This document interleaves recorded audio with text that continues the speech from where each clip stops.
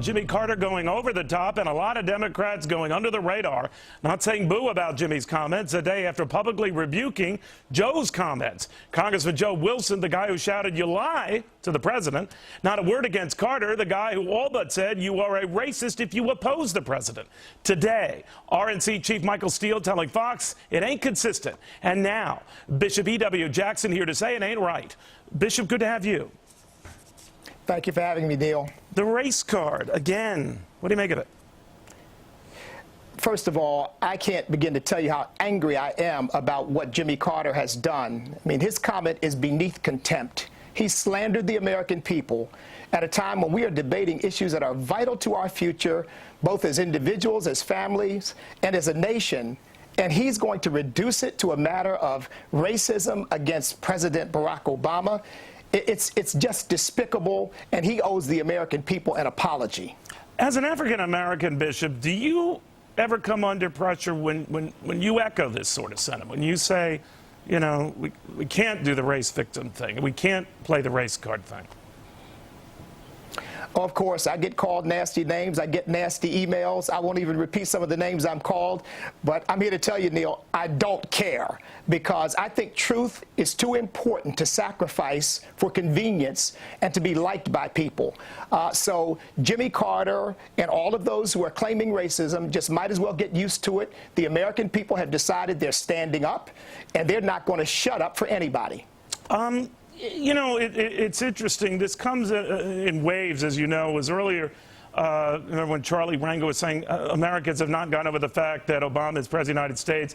They go to sleep wondering, how did this happen? Then you had New York Governor Patterson effectively saying that if he were not black, he would not be getting the heap of bad headlines he's getting. What do you tell these politicians when they say stuff like that? I'd say to them, pay your taxes, serve competently in office, do your job, and stop whining. We live in a country where the greatest entertainer in the country is Oprah Winfrey. The most powerful person in the country is Barack Obama. And you have these politicians who are making six-figure salaries and more, running around whining about how they're being mistreated and how their race is being considered as a factor. Well, apparently they haven't done so badly. And I think it's just time for them to shut up and do their jobs and stop crying about race. This is the greatest country in the world. They've got more opportunity than any people anywhere in the world, regardless of race. How about using it and making the most of it instead of whining about it? All right, but Jimmy Carter did not end with this statement, Bishop. He went on to say this. That racism inclination still exists. And I think it's bubbled up to the surface because of a belief among many white people, not just in the South but around the country, that African Americans are not qualified to lead this great country. But more than half of Americans voted for the guy who is leading this country. Yeah, you know, Neil, I missed the announcement when Jimmy Carter became God and started reading the hearts of people. If people are complaining about health care, they're complaining about spending, or they're complaining about deficits, how about taking them at their word instead of deciding that you're going to preside over them and read their hearts? Maybe it's Jimmy Carter's heart, as he said at one time while he was president. Maybe it's his heart that needs a little examining, and he can just leave the rest of us alone and go back and maybe plant some peanuts.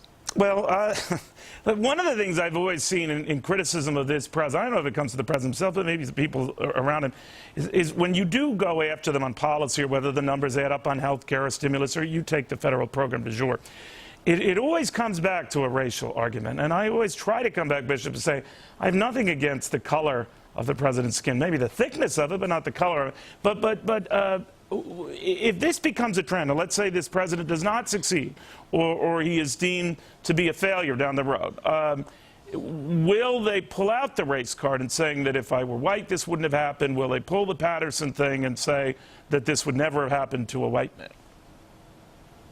Well, Neil, I would say to my fellow American citizens who happen to be white, you ought not care, because the people who are doing that are frankly not worthy of your attention. And I would say to black citizens, it's time to grow up. We live in a wonderful country that provides marvelous opportunity for anyone who will make the most of it. So, yeah, there are going to be people who will play the race card. But you know what? As far as I'm concerned, they're dealing from the bottom of the deck, and we ought to just throw them out of the game. All right, Bishop, I never quite know where you're coming from, but I think you're coming out of your show. Bishop, seriously, always good having you. Thanks for stopping by again.